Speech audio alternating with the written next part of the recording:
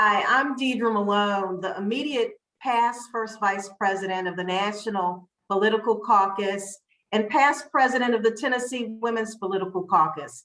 I have the distinct honor of introducing and having a conversation with the 60th mayor of Atlanta, Mayor Keisha Lance Bottoms.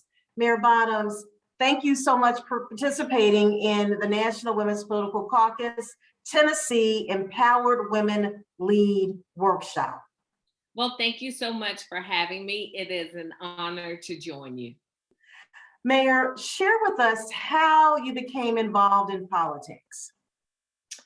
I describe myself as an accidental politician.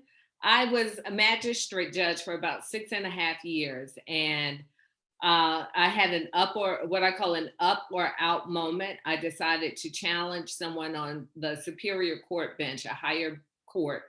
Didn't have sense enough to know that you shouldn't challenge incumbents, but I did because he was doing an awful job.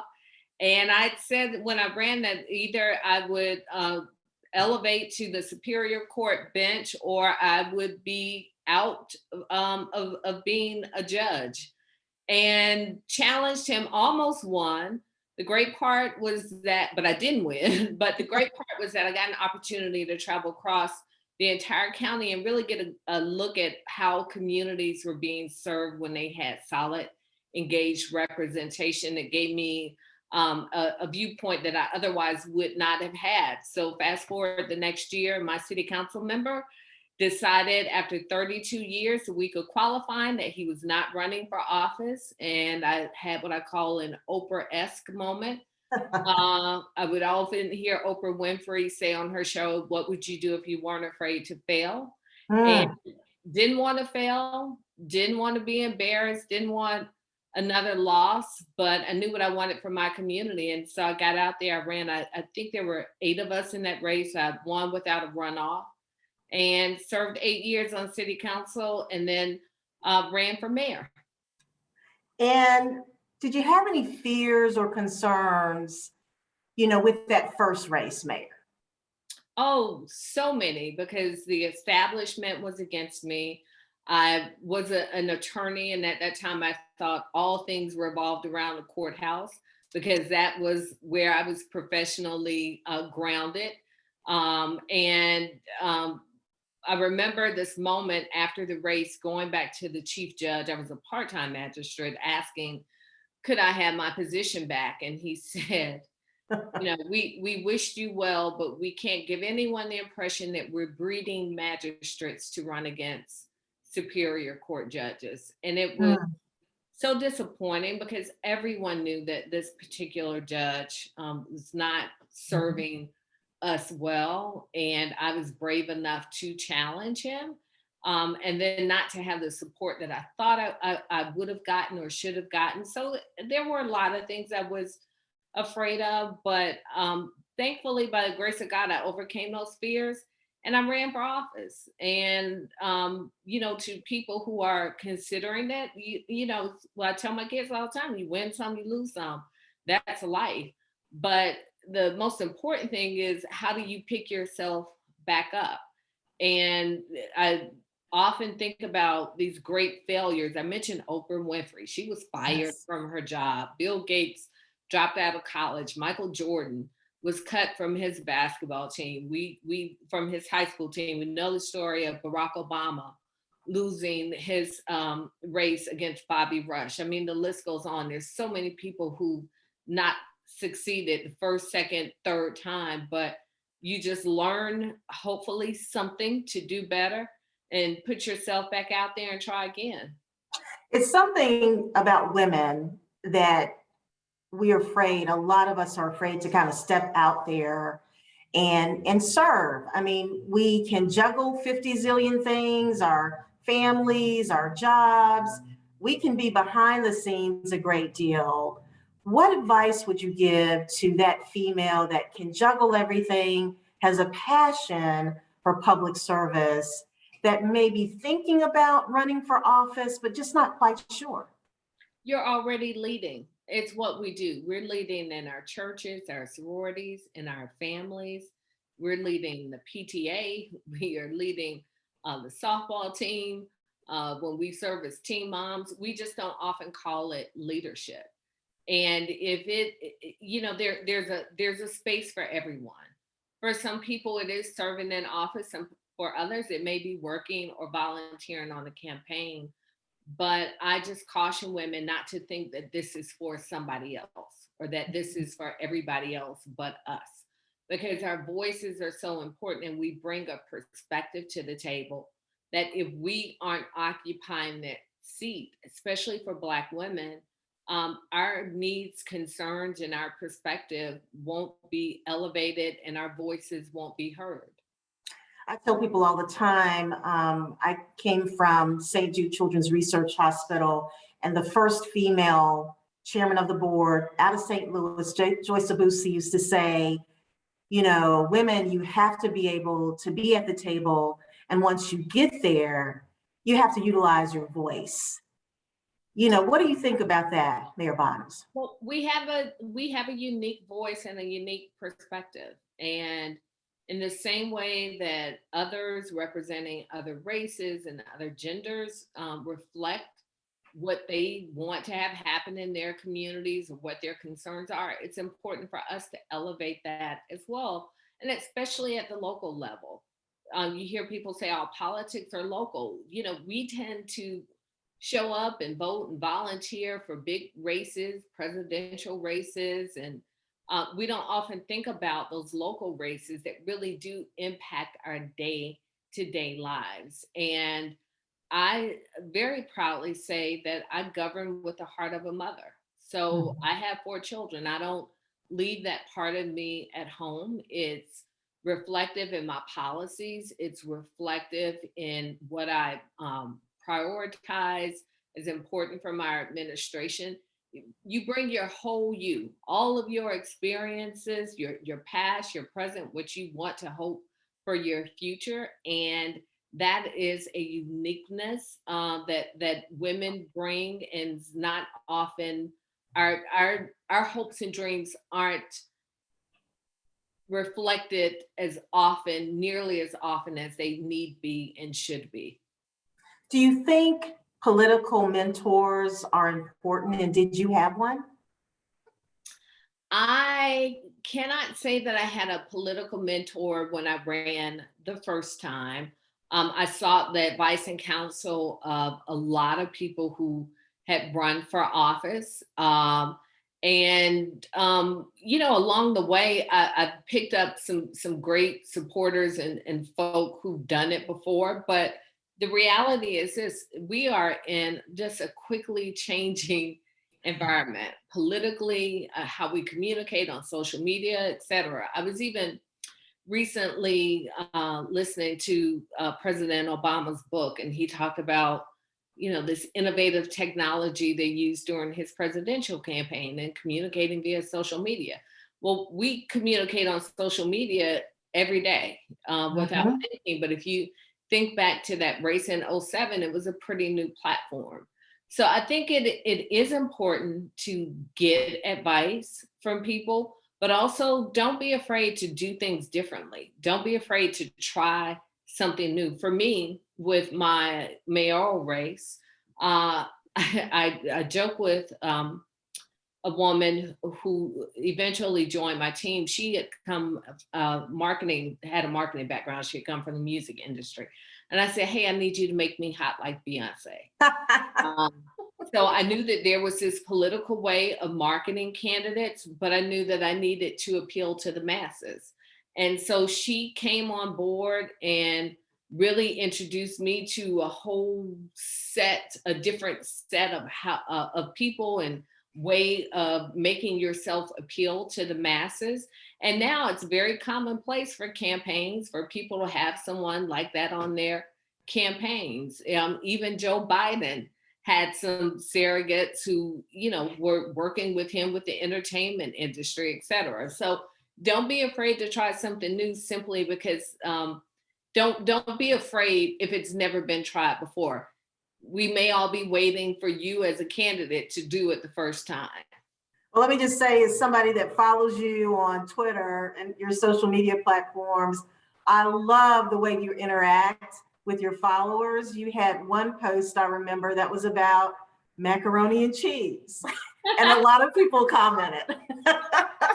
They did.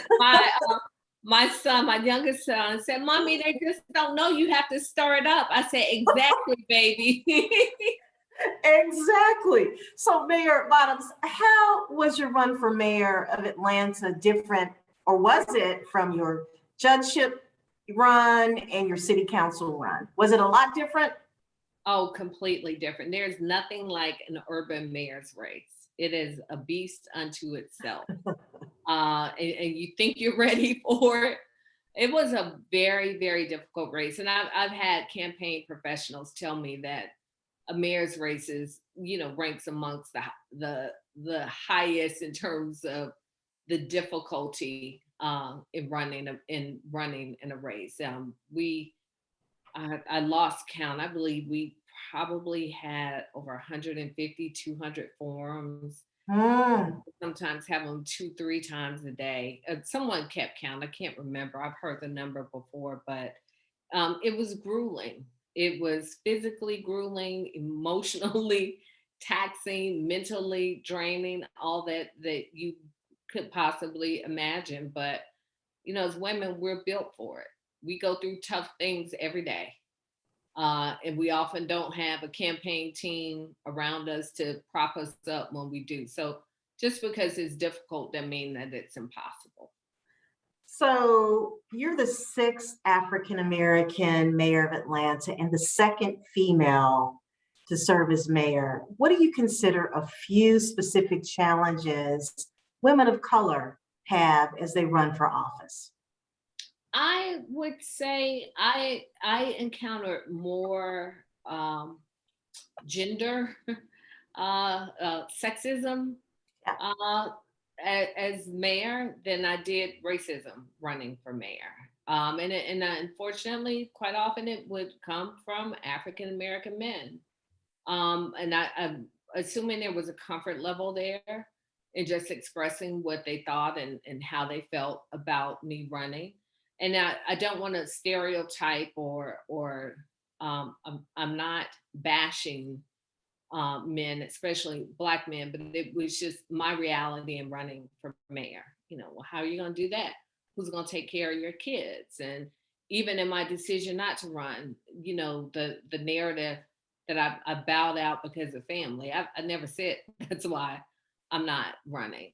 Because I had a family before I ran. I had a Oh, family while I served. So I certainly have the ability to manage both, but there's just this assumption that I think would not be cast upon a man. Even when I ran for mayor, I'd never heard anybody ask any other men how were they going to manage their family and their young kids. But that question was asked of me repeatedly. So not always malicious intent, but I often think that people just don't recognize these underlying biases that they have, and I've seen it as mayor, and I saw it as a candidate, certainly. it's amazing the challenges that we have. I served on the county commission for 8 years, first African American female to chair the commission in Shelby, ran for county mayor, was the Democratic nominee. And I remember my volunteers telling me that they would call Democrats, specifically men in the suburbs, and they would say, well, she's not as qualified as the current mayor who, I had more degrees, had more experience in politics, own my own business. But there's something to be said about always having to, set that bar high or for female candidates. Don't you agree? Oh, I certainly agree. I had a council member, I had to call him out on this. We're disagreeing about something. He said I had my panties in a wad, or having a current candidate for mayor saying we need a muscular approach to crime, you know. So again, these underlying biases, and it's unfortunate, especially for candidates, as candidates of color, as elected officials of color. Uh, you know, we have too many things that already divide us than for us to be divided based upon gender. Mayor, you've already mentioned that you're not running for reelection. A lot of us across the country are really sad to hear that. Do you have an interest in running for another office at some point? I will never say never. So I'm not counting myself out from running for office again. I just knew in my heart of hearts that it was time to close the book on this season. And I truly believe, as a woman of faith, for everything there is a season. And you know, leading a city over the past few years, dealing with the guy who was in the White House, and leading through the pandemic, and leading through the social unrest. A fellow mayor said it's almost like we packed it in like dog years. So 1 year felt like 7, and it's very true. And uh, you know, there are times when, especially when you lead through challenging times, sometimes you have to pass off the baton for people to lead you through the next phase. So not at all what I've anticipated in terms of leading our city, but very proud of the way that I've led Atlanta, proud of the way that we just didn't fall. I say this to my team all the time.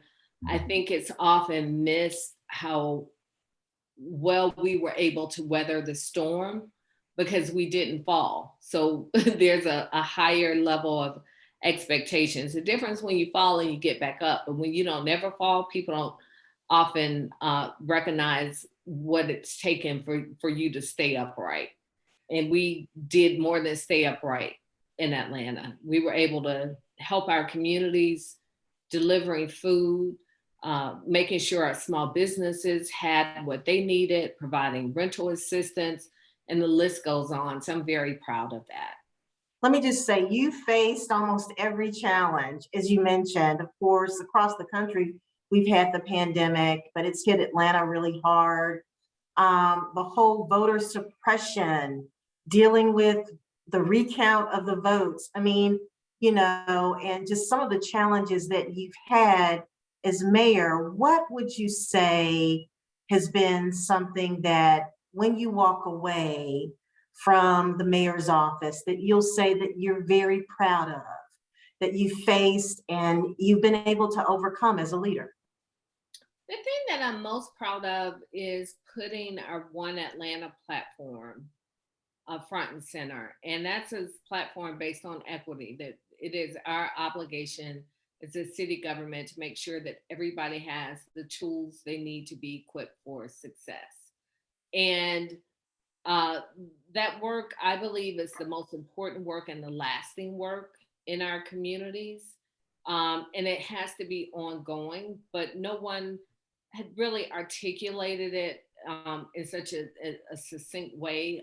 I believe, I don't think anybody's done it the way that our administration has been able to do it. So now when I'm sitting in meetings, I was in a meeting with my Parks and Recreation Commissioner on yesterday, and he was talking about equity and making sure that we were offering the same services throughout the city. If I'm meeting with my watershed commissioner, and she's talking about equity and making sure that we have clean drinking water, and make it, you know, it's more than this buzzword now. Yeah. For every single decision that our department heads make, they think about it through this lens, and that makes me extremely proud, because Atlanta is still very much this tale of two cities.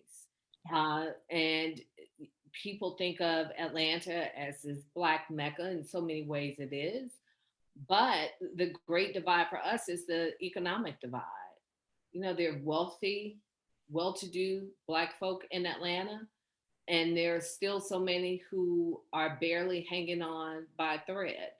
And we really worked hard to make sure that people are thinking about those living on the margins, and I'm very proud of that.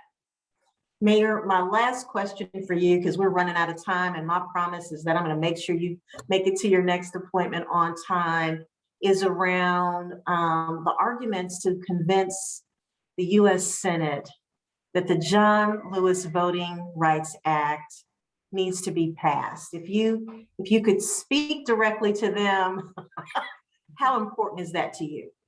It is the foundation of our democracy. And there have been so many pieces of legislation that have changed the trajectory of our country and in so many ways righted some of the fundamental foundational things that were wrong with our country, quite frankly. Um, but at the core of our democracy, at the core of who we are and what we are as a country, lies voting rights. And until we are able to get some lasting, meaningful legislation at the federal level, we are going to continue to have to fight these skirmishes at the state level. We are going to disenfranchise voters across this country. And that really flies in the face of who we are and who we claim to be and what we claim to be as the greatest democracy in the world. So it is extremely important that it be passed. It's needed. And as divided as our country has been over the last few years, this would be a very meaningful piece of legislation to help us begin to heal as a country. Mayor, final comments as we close out our interview. I want to say thank you so much for your time, but final thoughts to women who are going to be participating in this workshop. What do you have to say to them? I got some wonderful words of advice when I had the great pleasure once of talking with Oprah Winfrey, and she said, every experience has prepared you for this moment. You are ready. And I pass that along to all of the women who are participating. Don't think that it's for somebody else. Don't think you're not good enough, that you're not smart enough, that you don't have enough. God has given each of us our portion and more. And I truly believe that this is our time. It's time for women to take our seat at the table, to own our seat at the table. And I think then and only then will we begin to see the change in our communities that our families need and deserve. Thank you, Mayor, so much. We appreciate it. Have a great rest of your day. All right, you too. Thank you.